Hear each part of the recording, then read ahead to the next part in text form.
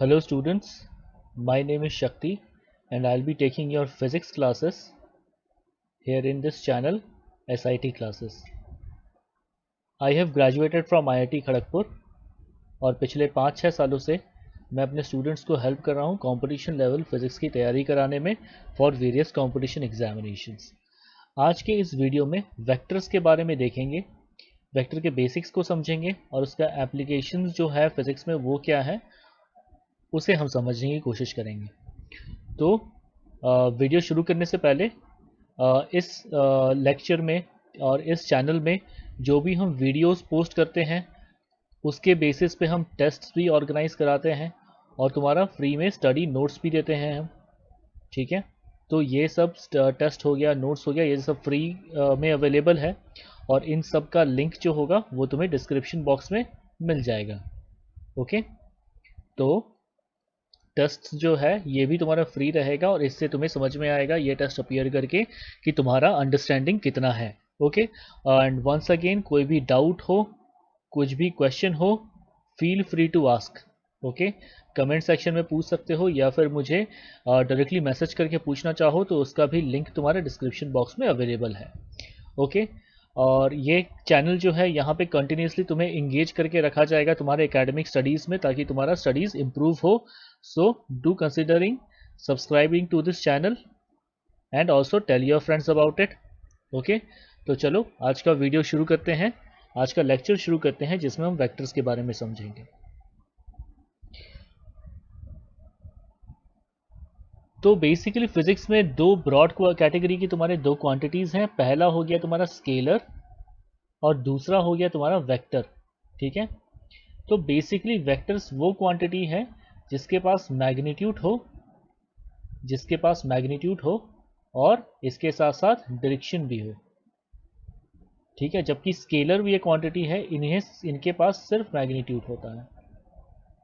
Okay, जैसे for example मास, ठीक है, मास 4 kg हो, ठीक है। तो बेसिकली 4 क्या हो गया, 4 होगा उसका मैग्नीट्यूड, है ना। मैग्नीट्यूड मतलब होता है सिंपली अमाउंट, मैग्नीट्यूड मतलब होता है सिंपली अमाउंट, मतलब कितना है, ठीक है।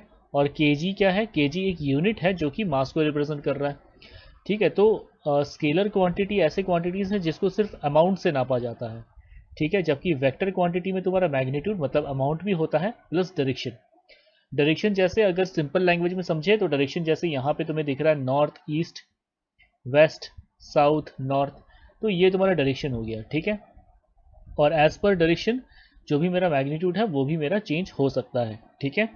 तो जैसे तुम्हारा वेक्टर क्वांटिटी में तुम्हारा vector are those physical quantities having magnitude as well as specific direction, ठीक है। तो जैसे तुम्हारा स्पीड 4 मीटर्स पर सेकेंड है, ये तुम्हारा स्पीड तुम्हारा स्केलर होता है। जबकि वेलोसिटी जो है ये तुम्हारा वेक्टर होता है, ठीक है। अगर वेलोसिटी बोल रहे हैं 4 मीटर्स पर सेकेंड तो हमें ये भी मेंशन करना पड़ेगा कि 4 मीटर्स पर सेकेंड किस तरफ है, नॉर्थ की तरफ है, ईस्ट की तरफ, वेस्ट की तरफ, किस तरफ है।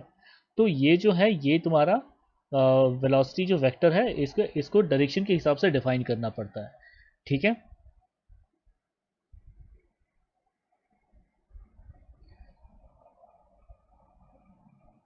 रिप्रेजेंटेशन ऑफ अ वेक्टर, ठीक है।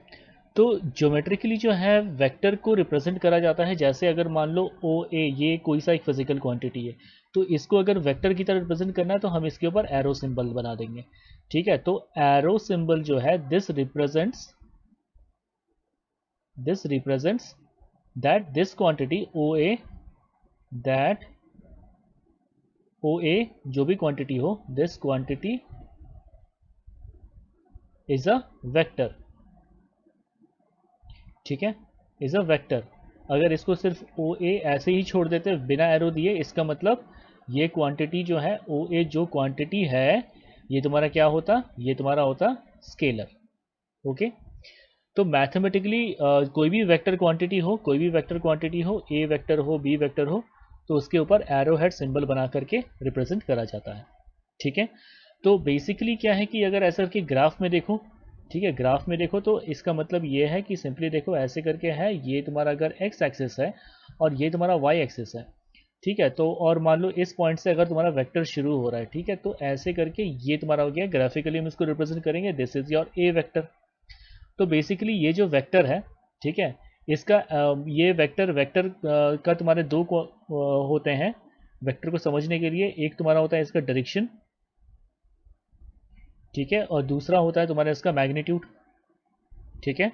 अब जो वेक्टर का मैग्नीट्यूड होता है, मैग्नीट्यूड रिप्रेजेंट करता है तुम्हारा लेंथ, ठीक है, लेंथ कितना है, और डायरेक्शन जो है वो रिप्रेजेंट करता है थीटा, और थीटा तुम्हारा क्या है, एंगल जो कि तुम्हारा हॉरिजॉन्टल से बना रहा है, या फिर एक्स एक्सिस से तुम्हारा कितना एंगल बना रहा है, theta, that gives your direction.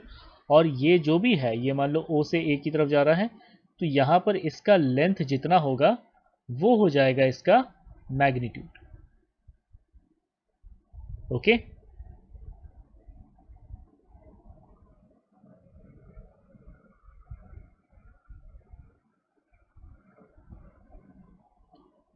अब देखो एंगल बिटवीन टू वेक्टर्स, अगर मान लो मेरे पास एक वेक्टर है, ठीक है, ये मान लो एक्स एक्सिस है और ये तुम्हारा वाई एक्सिस है, ठीक है। अगर मान लो तुम्हारे पास एक वेक्टर है जो कि एक्स एक्सिस से मान लो 30 डिग्रीज बना रहा है, और ये तुम्हारा है ए वेक्टर। और मान लो मेरे पास एक और वेक्टर है जो कि एक्स एक्सिस से कितना बना रहा है, 90 डिग्री बना रहा है मान लो, ठीक है, ये 90 डिग्री बना रहा है, और ये है मान लो बी वेक्टर। तो ऐसे में अगर हम कंपेयर करके देखें तो ए और बी के बीच में कितना एंगल होगा, angle between A and B क्या लिख सकते हैं फिर, 90 माइनस 30 लिख सकते हैं, क्योंकि ए वेक्टर जो है वो 30 डिग्री बना रहा है एक्स एक्सिस से, और बी वेक्टर जो है वो तुम्हारा 90 डिग्री बना रहा है एक्स एक्सिस से। तो ए और बी में के बीच में आपस में एंगल कितना हो जाएगा, 60 डिग्री। तो ऐसे ही अगर मान लो तुम्हारे पास दो वेक्टर है जो कि मान लो ये तुम्हारा 30 डिग्री बना रहा है एक्स एक्सिस से, और मान लो एक और वेक्टर है और ये भी तुम्हारा 30 डिग्री बना रहा है एक्स एक्सिस से, ठीक है, ए वेक्टर और बी वेक्टर। तो बेसिकली यहाँ पे देख सकते हैं कि angle between A vector and B vector is zero, ठीक है, angle between A vector and B vector is zero. इसका मतलब ये भी कह सकते हैं कि A vector is parallel to B vector, okay, A vector B vector के पैरेलल है, क्योंकि अगर ऐसे करके कोई भी दो लाइन हो, दोनों के बीच में एंगल अगर ज़ीरो हो तो वो दोनों लाइन पैरेलल होती है। ऐसे ही अगर मान लो एक ए वेक्टर अगर ऐसे है ए, और बी वेक्टर हो गया ऐसे, ठीक है, इसी के ठीक उल्टा डायरेक्शन में, तो ऐसे में क्या लिख सकते हैं कि तुम्हारा ए वेक्टर एंड बी वेक्टर के बीच का एंगल जो है वो तुम्हारा हो गया 180 डिग्री, और ये तुम्हारा केस हो गया किसका, एंटी पैरेलल। इस केस में ये दो वेक्टर जो है एंटी पैरेलल है। वंस अगेन तुम्हारा कोई भी वेक्टर हो, वेक्टर को दो चीज़ से मेजर करा जाता है, एक है उसका एंगल और डायरेक्शन जो कि थीटा एंगल रिप्रेजेंट करता है। डायरेक्शन कौन रिप्रेजेंट करता है, डायरेक्शन रिप्रेजेंट करता है तुम्हारा थीटा, और उसका मैग्नीट्यूड कौन रिप्रेजेंट करता है, उसका लेंथ, ठीक है। और यहाँ पर हम बात कर रहे थे सिर्फ थीटा का मतलब डायरेक्शन बिटवीन टू वेक्टर्स, ठीक है। मैग्नीट्यूड रिप्रेजेंट करता है उसका लेंथ, इसका लेंथ, ओके।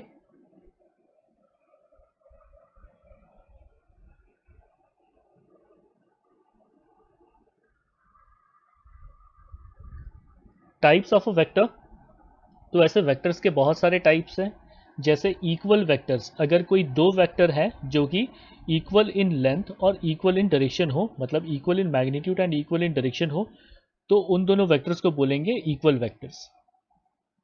पैरेलल वेक्टर्स, जिसमें तुम्हारे पास दो वेक्टर है, ठीक है, ए एंड बी वेक्टर, और ये मान लो सेम डायरेक्शन पे है ना, और उन दोनों के बीच में एंगल अगर ज़ीरो हो, ठीक है, तो बेसिकली ये तुम्हारा क्या है, पैरेलल वेक्टर हो जाएंगे। एंटी पैरेलल वेक्टर, ठीक है, जो मान लो दो वेक्टर हैं, दोनों ऑपोजिट डायरेक्शन में हो, या फिर इन दोनों के बीच का एंगल जो है वो तुम्हारा हो जाए 180 डिग्री, तो बोलेंगे एंटी पैरेलल वेक्टर्स। और यहाँ पे थीटा था तुम्हारा 0 डिग्री पैरेलल वेक्टर्स के लिए। Collinear vectors under consideration can share same support और have common support with them considering vectors are collinear. ठीक है, तो बेसिकली एक ही लाइन को बिलोंग कर रहा है, से शुरू हो रहा है। Zero vectors, a vector having magnitude of zero. ठीक है, तो बेसिकली क्या है कि इसका तुम्हारा जो मैग्नीट्यूड है वो तुम्हारा जीरो होगा, और ऐसे में ये किसी भी डायरेक्शन पे हो वो फर्क नहीं पड़ता, पर इसका मैग्नीट्यूड जीरो है। मतलब इस वेक्टर का जो भी लेंथ है, इस वेक्टर का जो भी लेंथ है वो तुम्हारा होगा जीरो। और लेंथ जीरो किस चीज का हो सकता है? पॉइंट का। ठीक है, तो बेसिकली वेक्टोरियली एक point is a zero vector. Unit vector, ये काफी इंपॉर्टेंट है। यूनिट वेक्टर एक ऐसा वेक्टर है जिसका मैग्नीट्यूड होता है 1, जिसका मैग्नीट्यूड होता है 1। तो ऐसा वेक्टर का यूज क्या है ना, इसको क्यों यूज करते हैं और इसको डिफाइन, इसका फॉर्मूला जो है वो कहाँ से आया, ठीक है, या फिर फॉर्मूला इसका, ये आने वाले लेक्चर सीरीज में इसे हम डिटेल में समझेंगे। ओके, फिलहाल हम इतना बता देना चाहते हैं कि एक यूनिट वेक्टर हो, इसका मैग्नीट्यूड का वैल्यू होता है 1। ओके, और unit vector is used for directional purposes. ठीक है, फॉर डायरेक्शन। नेक्स्ट देखते हैं ऑर्थोगोनल यूनिट वेक्टर्स। ठीक है, इसमें क्या है कि बेसिकली ऑर्थोगोनल मतलब होता है 90 डिग्री, और यहाँ पे क्या यूनिट वेक्टर्स हैं जो कि एक दूसरे के परपेंडिकुलर हो। ठीक है, तो बेसिकली यहाँ पे एक यूनिट वेक्टर है, और मान लो यहाँ पे एक यूनिट वेक्टर है, और यहाँ पे एक यूनिट वेक्टर है, और ये तीनों यूनिट वेक्टर क्या है, आपस में परपेंडिकुलर है। तो ये मान लो अगर एक्स एक्सिस है, ये मान लो वाई एक्सिस है, और ये मान लो जेड एक्सिस है। ठीक है, तो ऐसे में एक्स एक्सिस के अलोंग जो भी यूनिट वेक्टर होगा उसको रिप्रेजेंट करते हैं आई कैप से, वाई एक्सिस के अलोंग जो भी यूनिट वेक्टर होगा उसको रिप्रेजेंट करते हैं जे कैप से, और जेड एक्सिस के अलोंग जो भी यूनिट वेक्टर होगा उसको रिप्रेजेंट करेंगे के कैप से। तो एक्स एक्सिस के अलोंग जो भी यूनिट वेक्टर है उसे रिप्रेजेंट करेंगे आई कैप, वाई एक्सिस के अलोंग जो भी यूनिट वेक्टर है उसे रिप्रेजेंट करेंगे जे कैप, और जेड एक्सिस के अलोंग जो भी यूनिट वेक्टर है उसको रिप्रेजेंट करेंगे के कैप से। ठीक है, और ये आई कैप जे कैप किसी भी वेक्टर के ऊपर में अगर ऐसा सिंबल आ गया मतलब वो क्या है, वो एक यूनिट वेक्टर है, और अगर ऐसा सिंबल आता है इसका मतलब सिंपली वो एक वेक्टर है, और यूनिट वेक्टर का मतलब क्या, उसका मैग्नीट्यूड हो जाएगा 1। Okay, polar vectors. ठीक है, इसका मतलब क्या कि दीज हैव स्टार्टिंग पॉइंट्स और पॉइंट ऑफ एप्लीकेशन। ठीक है, तो बेसिकली ये तुम्हारा क्या है कि तुम्हारा इसका एक कॉमन स्टार्टिंग पॉइंट होगा। एक्सियल वेक्टर्स तुम्हारे वो वेक्टर्स होते हैं, है ना, जो कि तुम्हारा जैसे ये तुम्हारा प्लेन है, ये तुम्हारा प्लेन है, इसके परपेंडिकुलर डायरेक्शन में काम करेंगे। ये तुम्हारा प्लेन है, इसके परपेंडिकुलर डायरेक्शन में काम करेंगे। और जो एक्सियल वेक्टर्स होते हैं उसको आइडेंटिफाई करने के लिए हमेशा क्या यूज करेंगे, right hand screw rule. Right hand screw rule, हालांकि इसके बारे में और हम डिटेल में क्रॉस प्रोडक्ट में बताएंगे, पर फिलहाल हम बता दें कि अगर मान लो ऐसे करके तुम्हारा राइट हैंड, ठीक है, राइट हैंड को देखो, जैसे यहाँ पे क्या है, ये तुम्हारा एंटी क्लॉकवाइज रोटेशन है, तो अपने राइट हैंड को इसके मतलब ऐसा करो कि ये जो वेक्टर, ये जो लाइन है, इसको पकड़ के रखने की कोशिश करो इन सच अ वे दैट योर फिंगर्स, जो तुम्हारे फिंगर्स हैं वो तुम्हारे इसके अलोंग, ये सर्कल के अलोंग होने चाहिए। तो ऐसे में देखो थंब का डायरेक्शन ऊपर की तरफ होगा, है ना, अगर इसको हम पकड़ने जाएंगे तो क्या होगा, ऐसे करके, और हमारा फिंगर्स जो है वो तुम्हारा ऐसे होगा राइट हैंड का। तो ऐसे में देखो ये फिंगर्स का डायरेक्शन कैसा है, फिंगर्स का डायरेक्शन ऐसे करके है, और यहाँ पे इस डायरेक्शन में ऐसे करके तुम्हारा इस डायरेक्शन में रोटेशन हो भी रहा है। तो ऐसे में हमारा थंब का डायरेक्शन किधर है, ऊपर की तरफ है, तो यहाँ पे एक्सियल वेक्टर का डायरेक्शन देखो ऊपर की तरफ है। ऐसे ही अगर हम इसे पकड़ने जाएं, तो देखो क्या हो जाएगा, मेरा थंब इस तरफ होगा और फिंगर्स जो है वो तुम्हारा इस डायरेक्शन में होंगे। ठीक है, ये राइट हैंड है समझ लो, और यहाँ पे देखो जो फिंगर्स टर्न हो रहा है वो तुम्हारा इस डायरेक्शन में टर्न हो रहा है ऐसे करके, क्योंकि यहाँ पे ये जो गोल घूम रहा है वो ऐसे जा रहा है। ठीक है, तो ऐसे में थंब का डायरेक्शन किधर है, नीचे की तरफ है, तो वेक्टर का डायरेक्शन नीचे की तरफ होगा। तो सिंपली याद करो कि अगर किसी भी प्लेन में तुम्हें अगर एंटी क्लॉकवाइज रोटेशन दिखे, है ना, तो एक्सियल वेक्टर जो होगा वो ऊपर की तरफ आएगा, और अगर क्लॉकवाइज रोटेशन दिखे तो एक्सियल वेक्टर जो है वो नीचे की तरफ जाएगा। हालांकि इसका यूज जो है वो तुम्हारा बाद में आने वाला है, तो अभी उतना ये ज़रूरी नहीं है।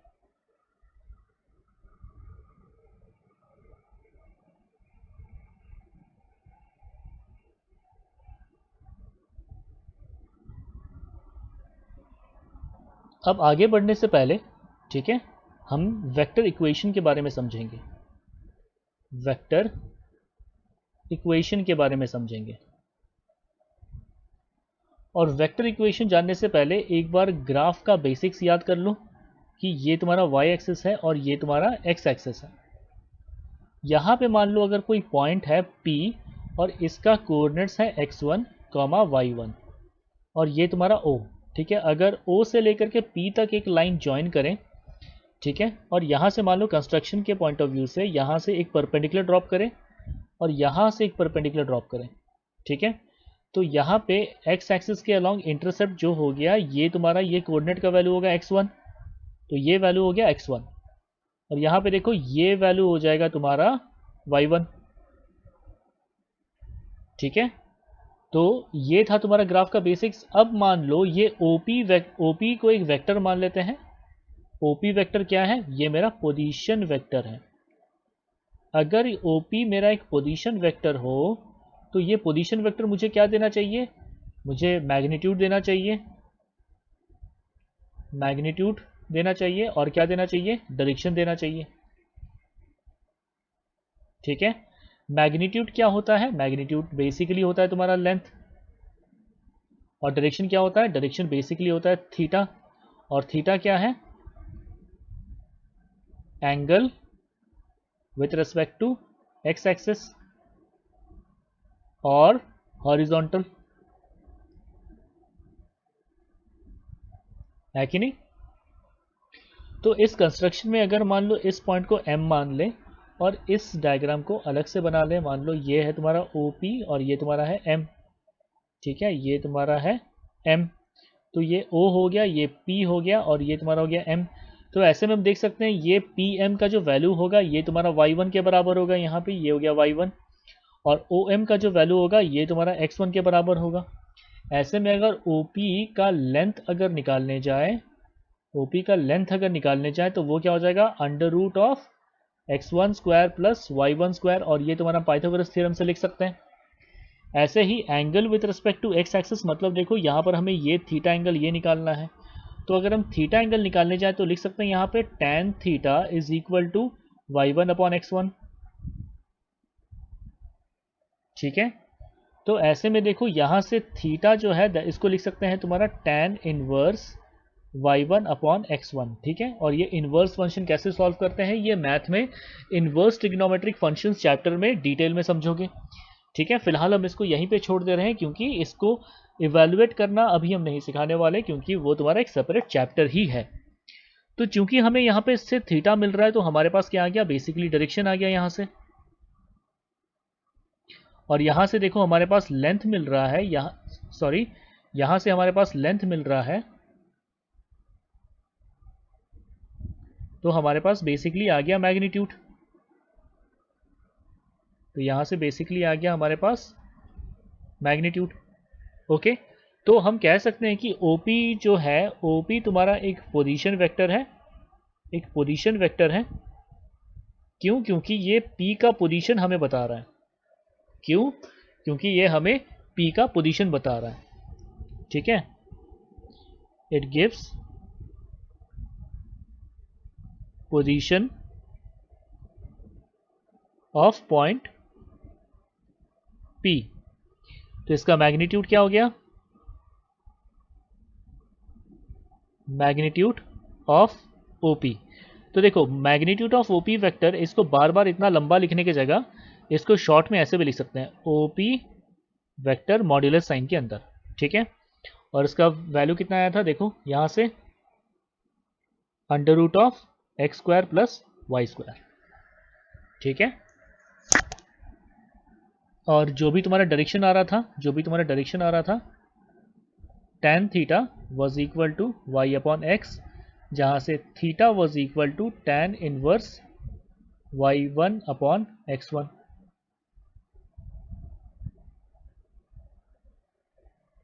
ओके।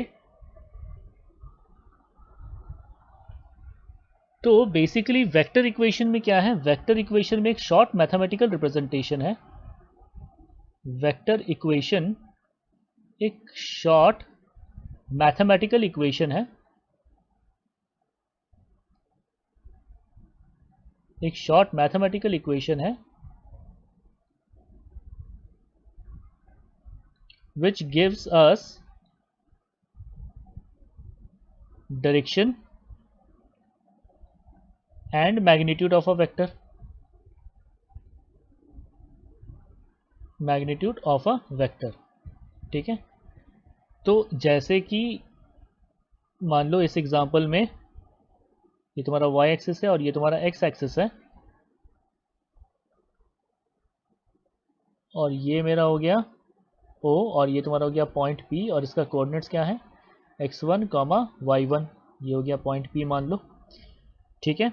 तो अब हमें क्या करना पड़ता था, ये तुम्हारा थीटा एंगल है, तो बेसिकली अगर हम इसका मैग्नीट्यूड लिखना हो तो हमें लिटरली इसका पूरा लंबा सेंटेंस लिखना पड़ता था।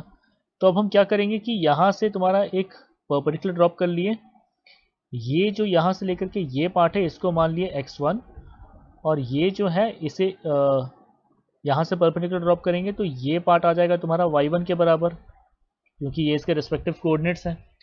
तो देखो यहाँ पे देखो वेक्टर इक्वेशन लिखने के लिए हमेशा याद रखो जो पॉजिटिव x एक्सिस डायरेक्शन है, positive x axis direction is represented bye i cap, positive y axis direction is represented bye j cap, ये याद रखो। Positive z axis direction is represented bye k cap, ठीक है।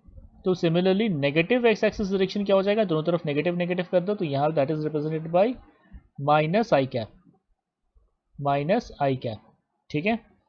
Negative y axis direction is represented by minus j cap, और negative z axis direction is represented by minus k cap. तो अगर x y z positive हो तो ये भी तुम्हारा y j और k ये तुम्हारे पॉजिटिव होंगे। अगर x y z axis negative represent करना हो तो ये सारे नेगेटिव हो जाएंगे। तो अब देखो OP वेक्टर का मैथमेटिकल इक्वेशन, मतलब वेक्टर इक्वेशन लिखने के लिए, इसका OP वेक्टर का वेक्टर इक्वेशन लिखने के लिए हम पहले देखेंगे, देखो इसका x एक्सिस पे इंटरसेप्ट कितना है, x1 है, और किस तरफ है, पॉजिटिव x एक्सिस में है, तो क्या लिख सकते हैं हम x1 i कैप, और फिर देखेंगे तुम्हारा देखो y इंटरसेप्ट कितना है, y1, ठीक है, और किसके अलॉन्ग है, पॉजिटिव y के अलॉन्ग है, तो लिखेंगे प्लस y1 j कैप। अब यहां से देखो अगर हमें OP वेक्टर का मैग्नीट्यूड चाहिए, अगर हमको मैग्नीट्यूड ऑफ OP वेक्टर चाहिए तो हम क्या करेंगे, OP वेक्टर का magnitude equals under root x1 square plus y1 square, ठीक है। और हमको डायरेक्शन ऑफ OP वेक्टर चाहिए, मान लो डायरेक्शन ऑफ OP वेक्टर चाहिए, तो हम क्या लिखेंगे यहाँ से, tan theta is equal to y1 upon x1, okay. तो बेसिकली हमारे पास ये छोटा सा इक्वेशन आ गया, और इसी इक्वेशन के बेसिस पे हम आराम से मैग्नीट्यूड और डायरेक्शन दोनों को लिख सकते हैं। तो एक छोटा सा एग्जांपल ले लेते हैं जिसमें मान लो एक पॉइंट है जिसका कोऑर्डिनेट है, ठीक है, पॉइंट बी है मान लो, इसका कोऑर्डिनेट मान लेते हैं -2,4, ठीक है। तो इसका पोजीशन वेक्टर का हमें वेक्टर इक्वेशन लिखना है। तो इसको अगर ग्राफिकली बना करके समझने की कोशिश करें तो ये मेरा हो गया नेगेटिव x एक्सिस, और इस तरफ हो गया मान लो तुम्हारा पॉजिटिव x एक्सिस, और यहाँ पर है तुम्हारा पॉजिटिव y, ठीक है। तो यहाँ पे -2,4 तुम्हारा क्या, -2,4 यहाँ पे कहीं पॉइंट होगा ये, ठीक है। तो यहाँ पे जो ये पॉइंट B है और ये तुम्हारा पॉइंट O हो गया। तो बेसिकली यहाँ से हम लिख सकते हैं कि OB वेक्टर अगर हमें चाहिए, ठीक है, OB वेक्टर अगर हमें चाहिए तो हम देखेंगे कि यहाँ पे देखो इसको अगर यहाँ से x इंटरसेप्ट और ये तुम्हारा y इंटरसेप्ट, x इंटरसेप्ट यहाँ पे कितना आ जाएगा, -2, तो तुम्हारा आ गया -2 i कैप। देखो माइनस आई कैप तुम्हारा जो मतलब ये माइनस जो साइन है रिप्रेजेंट कर रहा है क्या, नेगेटिव x एक्सिस में, ओके। और फिर देखो y एक्सिस में कितना 4 है, तो यहाँ पर लिखेंगे +4 j कैप, ये हो गया इसका वेक्टर इक्वेशन रेस्पेक्टिवली। अगर मान लो एक पॉइंट है जिसका वेक्टर है तुम्हारा मतलब कोऑर्डिनेट है मान लो -3, -6, तो सीधा देखो इसका पोजीशन वेक्टर या फिर ऐसे करके सी वेक्टर, ठीक है। अगर इसके बेसिस पे हमें लिखना हो तो सी वेक्टर सीधा ले लिए, that is equal to -3 i cap -6 j cap, क्योंकि -3 -6 दोनों तुम्हारा किधर है, ये नेगेटिव x में है और ये तुम्हारा नेगेटिव y में है, तो सीधा ऐसे लिख सकते हैं। इसका अगर मान लो हमें मैग्नीट्यूड लिखना हो तो क्या लिखेंगे, that is equal to under root -3 का होल स्क्वायर प्लस -6 का होल स्क्वायर। ठीक है, तो अंडर रूट 9 प्लस 36 सॉल्व कर लोगे, यहाँ से तुम्हारे पास आ जाएगा मैग्नीट्यूड इसका। और अगर एंगल लिखना हो तो tan theta is equal to क्या लिख सकते हैं, -6 अपॉन -3, माइनस माइनस कैंसिल हुआ तो tan थीटा इज इक्वल्स 2, तो लिख सकते हैं theta is equal to tan inverse 2। ये तुम्हारा हो गया इस वेक्टर का डायरेक्शन, और इसका मैग्नीट्यूड देखो यहाँ से आ रहा है। ओके, ये तुम्हारा हो जाएगा कितना, अंडर रूट 40 और तुम्हारा 45 है ना, तो तुम्हारा हो जाएगा क्या, 9 बाहर आ जाएगा तो 3√5। ठीक है, magnitude of C vector is equal to 3√5। Okay, तो वेक्टर्स का, वेक्टर इक्वेशन का यूज तुम्हारा फिजिक्स में ये है। ठीक है, फिर से बता दें, ये तुम्हारा वेक्टर इक्वेशन हो, ठीक है, तो तुम्हारा कोऑर्डिनेट्स अगर तुम्हारा x और y है, ये अगर कोऑर्डिनेट्स है तुम्हारे, तो जो भी वेक्टर तुम्हें लिखना हो, p वेक्टर हो या जो भी वेक्टर, क्या लिखोगे, पहले x i cap plus y j cap. अगर ये तुम्हारा नेगेटिव में होगा तो नेगेटिव अकॉर्डिंगली डाल दोगे। और यहाँ से अगर तुम्हें मैग्नीट्यूड चाहिए तो क्या करोगे, इसका स्क्वायर, x का स्क्वायर प्लस y का स्क्वायर और पूरे का अंडर रूट, x का स्क्वायर प्लस y का स्क्वायर पूरे का अंडर रूट। ये तुम्हारा क्या देगा, मैग्नीट्यूड देगा। जिसको आसान भाषा में समझने जाए तो मैग्नीट्यूड मतलब क्या, लेंथ। ओके, और अगर हमको इसका डायरेक्शन चाहिए तो क्या लिख सकते हैं, tan theta will be equal to y upon x. ठीक है, तो यहाँ से तुम्हारा हो गया theta equal to tan inverse y upon x. और ये इनवर्स कैसे सॉल्व करते हैं, ये तुम्हारा मैथ्स का पार्ट है, जिसे मैथ्स के लेक्चर में समझोगे इनवर्स ट्रिग्नोमेट्रिक फंक्शन में। ठीक है, फिलहाल जो भी एप्लीकेशन वाला पार्ट होगा वो हम यहाँ पे बताते जाएंगे। तो अगेन यहाँ पे जो थीटा जो है, थीटा तुम्हारा क्या रिप्रेजेंट करेगा, थीटा तुम्हारा रिप्रेजेंट करेगा डायरेक्शन, डायरेक्शन। ओके, और ये तुम्हारा क्या है, angle with respect to horizontal, ये तुम्हारा angle with respect to horizontal. ठीक है,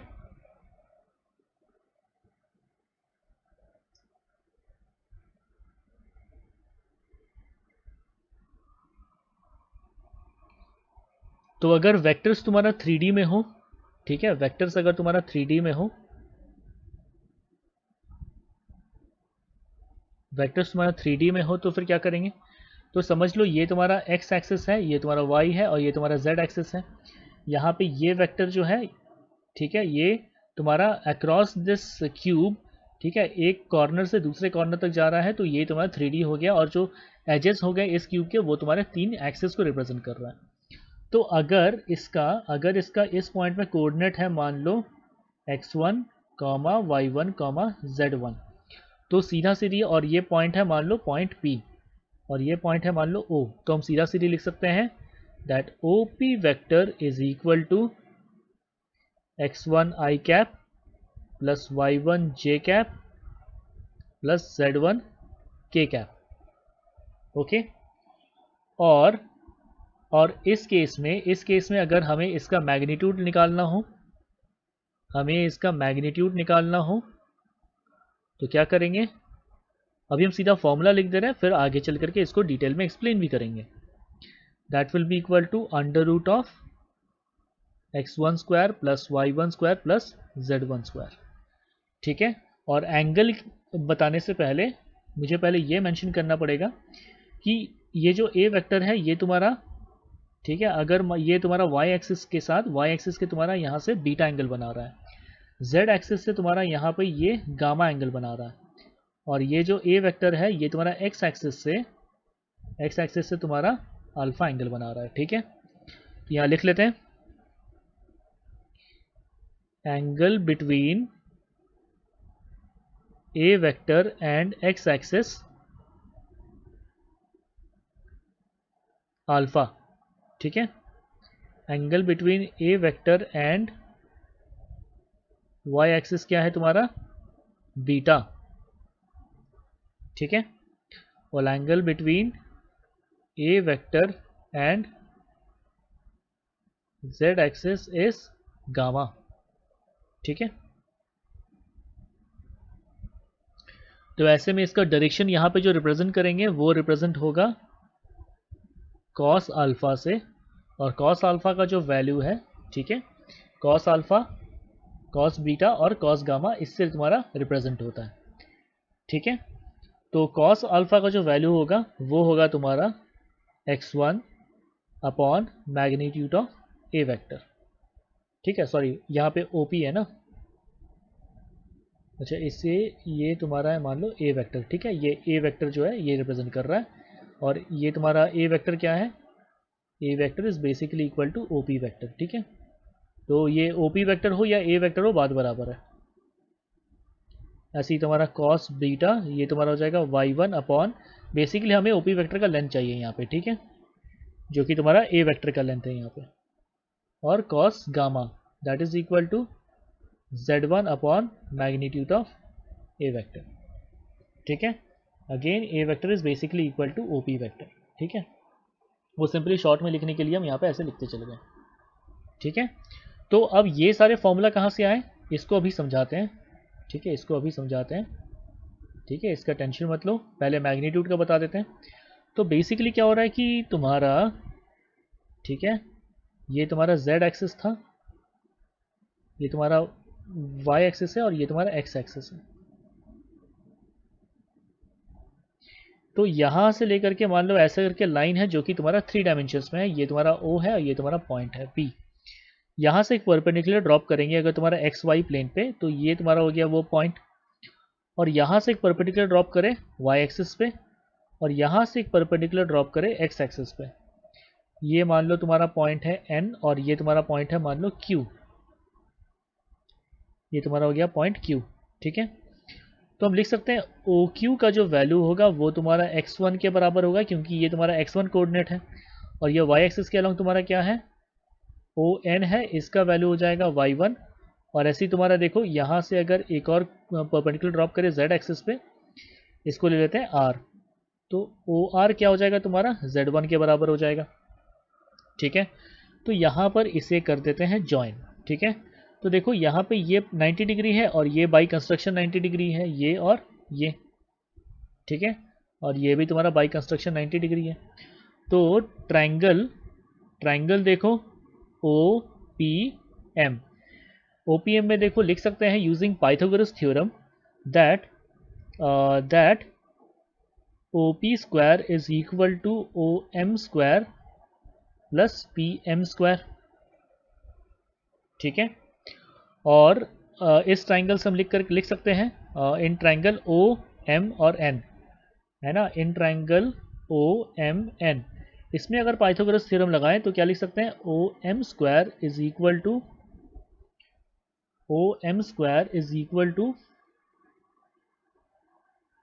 MN square plus ON square, MN square plus ON square. ये तुम्हारा हो गया इक्वेशन 2, और ये तुम्हारा हो गया इक्वेशन 1। ठीक है, यूज 1 एंड 2। तो इक्वेशन 1 और 2 अगर यूज करें तो देख सकते हो कि दोनों में तुम्हारा क्या कॉमन है। देखो इक्वेशन 1 और 2 में, दोनों इक्वेशन में तुम्हारा क्या, देखो OM पार्ट जो है ये तुम्हारा कॉमन आ रहा है। ठीक है, तो क्या करें, इक्वेशन 1 लिखते हैं, और जहां पे तुम्हारा OM आ रहा है उसको इक्वेशन 2 से सब्स्टिट्यूट कर देते हैं।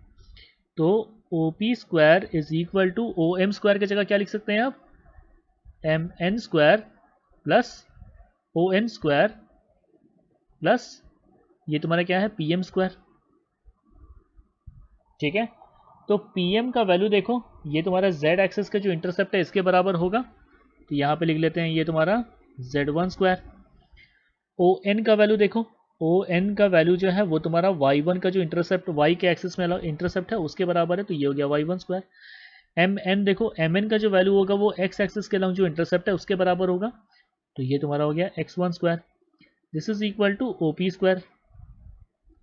तो OP is equal to length जो हो गया OP का, that is equal to x1 square plus y1 square plus z1 square. और ये OP तुम्हारा क्या है, देखो OP तुम्हारा लेंथ, ये हो गया मैग्नीट्यूड, है ना, length of O P vector और लेंथ ऑफ ए वैक्टर। तो ये तुम्हारा क्या बता रहा है,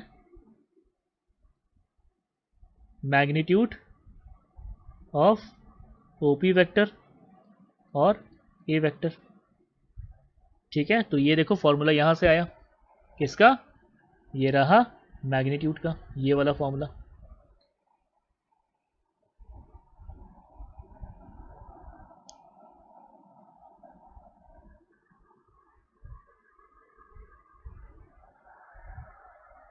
नेक्स्ट तुम्हारा अब डायरेक्शन देखेंगे, जिसको हम 3 डायमेंशंस में हम यूज़ कर रहे हैं। तो वो डायरेक्शन निकालने की कोशिश करेंगे, जो कॉस अल्फ़ा, कॉस बीटा और कॉस गामा का जो इक्वेशंस था।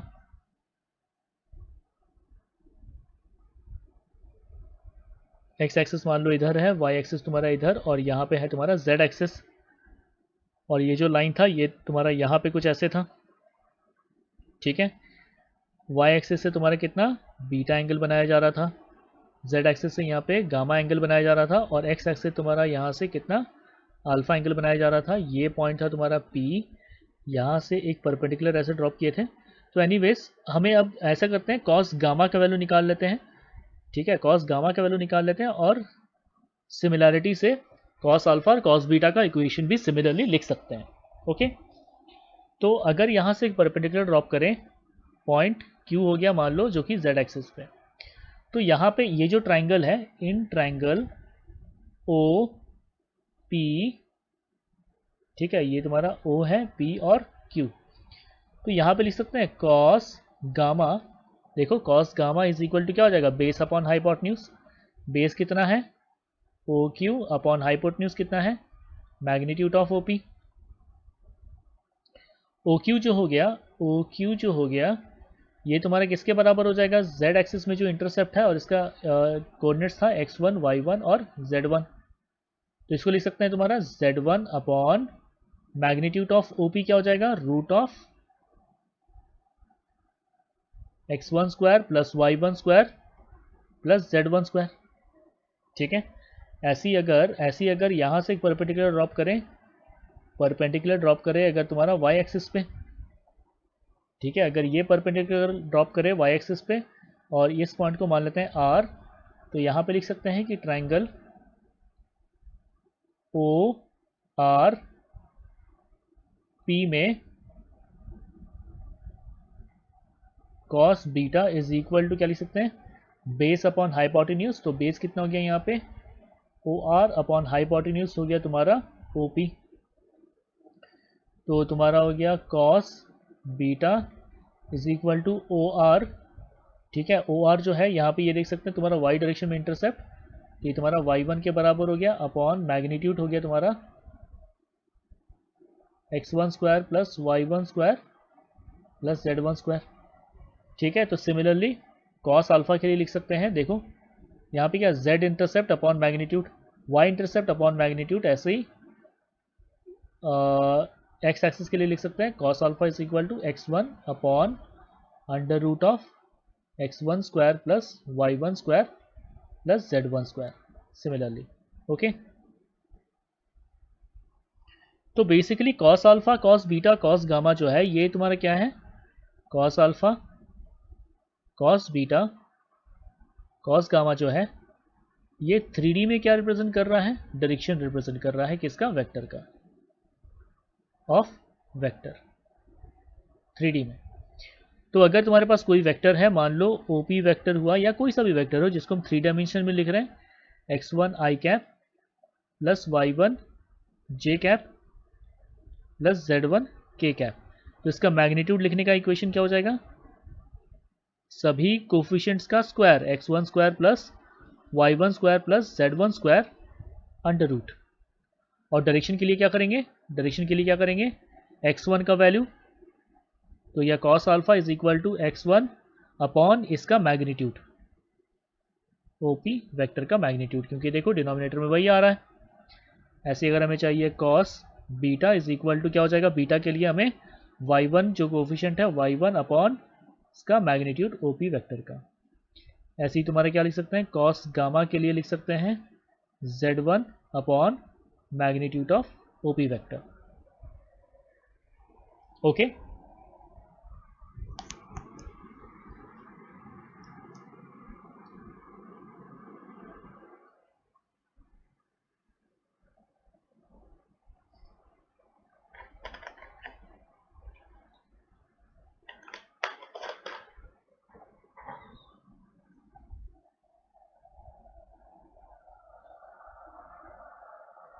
अभी तुम्हारा एक बहुत इंपॉर्टेंट पॉइंट डिस्कस करने वाले हैं, जो कि है तुम्हारा resolution of a vector.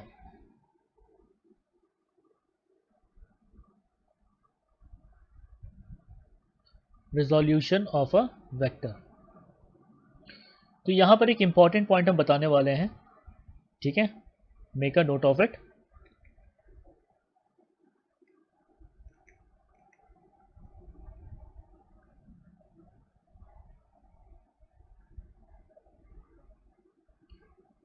Any vector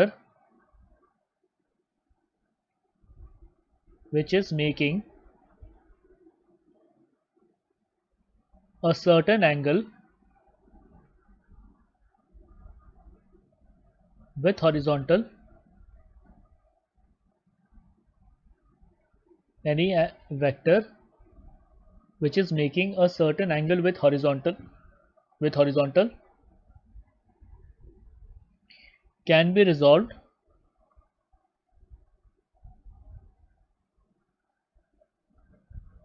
into two components, ठीक है, also called components of a vector।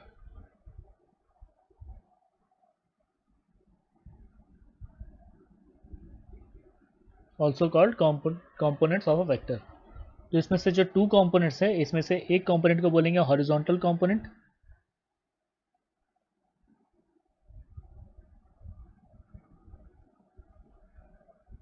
ठीक है, और दूसरे को बोलेंगे वर्टिकल कंपोनेंट।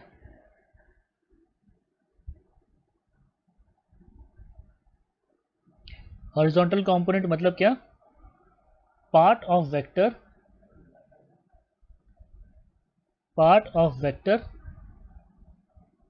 along हॉरिजॉन्टल,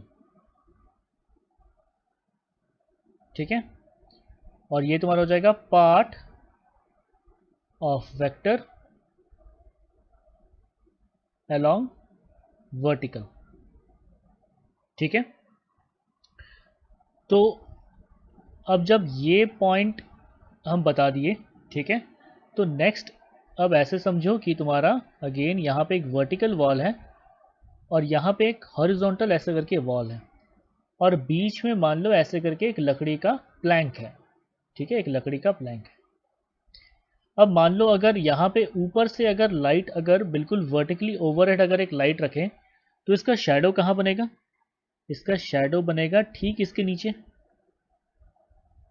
तो इस केस में जो इसका यहाँ पे शैडो बन रहा है अलोंग हॉरिजॉन्टल, ठीक है, और ये जो हॉरिजॉन्टल है इसको रिप्रेजेंट करते हैं एक्स एक्सेस से, ये जो वर्टिकल है इसको रिप्रेजेंट करेंगे वाई एक्सेस से, ओके।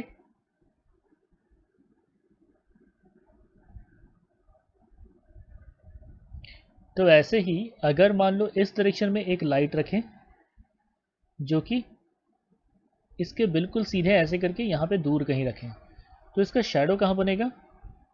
इसका शैडो ठीक यहाँ बनेगा, ऐसे करके देखो, इसके ऑर्थोगोनल डायरेक्शन में इसका शैडो बनेगा यहाँ पे, ठीक है। तो ये जो शैडो बन रहा है ये इस प्लैंक का पार्ट है जिसको हम वाई एक्सिस के अलोंग देख पा रहे हैं, ठीक है। तो ये वाला पार्ट जो हो गया इसे बोलेंगे वर्टिकल कंपोनेंट, ठीक है, ये पार्ट जो हो गया इसे बोलेंगे वर्टिकल कंपोनेंट, ओके।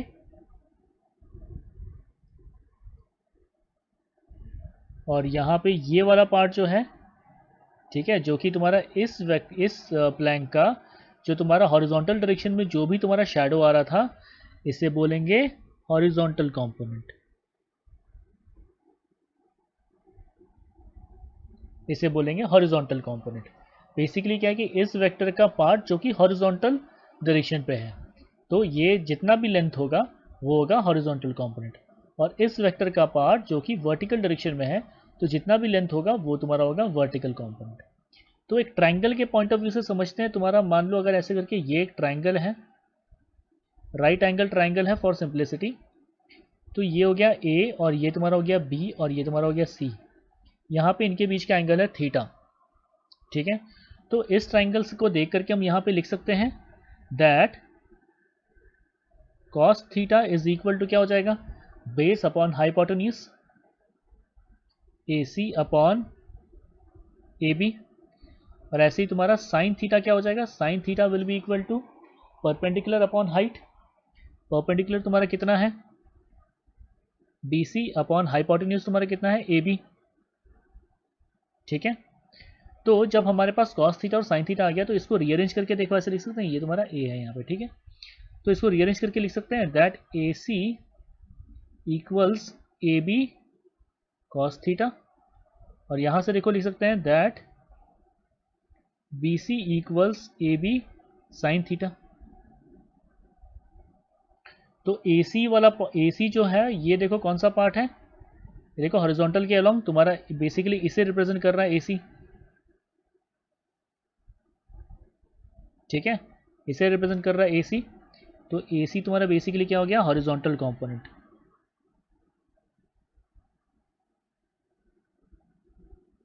ठीक है, और BC देखो कौन रिप्रेजेंट कर रहा है, बेसिकली वर्टिकल डायरेक्शन में, तो ये पार्ट हो गया तुम्हारा बेसिकली BC, तो ये तुम्हारा क्या रिप्रेजेंट कर रहा है, वर्टिकल कंपोनेंट।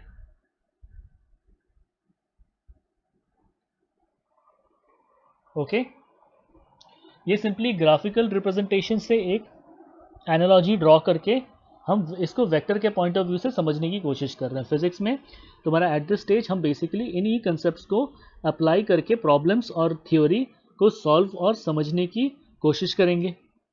ओके,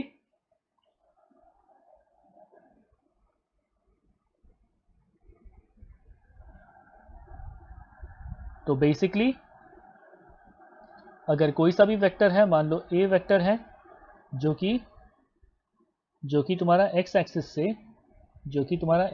से मान लो तुम्हारा यहाँ पे ये थीटा एंगल बना रहा है, जो कि x एक्सिस से तुम्हारा थीटा एंगल बना रहा है।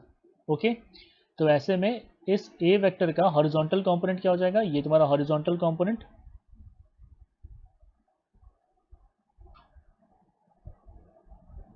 Horizontal component of A vector क्या हो जाएगा, magnitude of A vector cos theta, ये तुम्हारा हो जाएगा हॉरिजॉन्टल कंपोनेंट। और जो भी तुम्हारा वर्टिकल कंपोनेंट है, वो किस तरफ, वर्टिकल डायरेक्शन में होगा। इस डायरेक्शन में तुम्हारा क्या है, वर्टिकल कंपोनेंट। ठीक है, और वर्टिकल कंपोनेंट को कैसे लिख सकते हैं, vertical component of A vector, ठीक है, वो तुम्हारा क्या हो जाएगा, A साइन थीटा। ठीक है, तो अगर हमेशा याद रखो हॉरिजॉन्टल कंपोनेंट के लिए क्या करेंगे, कॉस थीटा करेंगे, हॉरिजॉन्टल कंपोनेंट के लिए क्या करेंगे, हमेशा कॉस थीटा से मल्टीप्लाई करेंगे, और वर्टिकल कंपोनेंट के लिए हमेशा क्या करेंगे, साइन थीटा से मल्टीप्लाई करेंगे, जहाँ पे थीटा है angle of vector and horizontal. ठीक है, theta is angle of vector with respect to horizontal. ठीक है, और जो भी तुम्हारा हॉरिजॉन्टल कंपोनेंट है,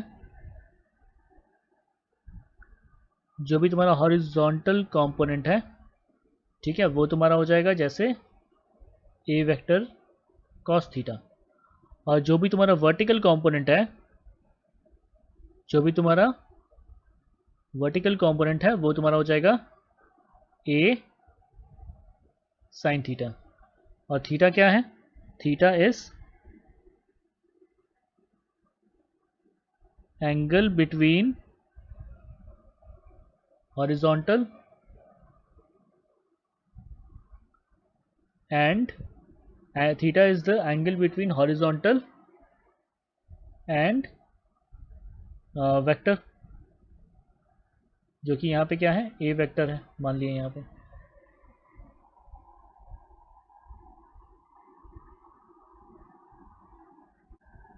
this is the end of this lecture. Next lecture में हम वेक्टर एडिशन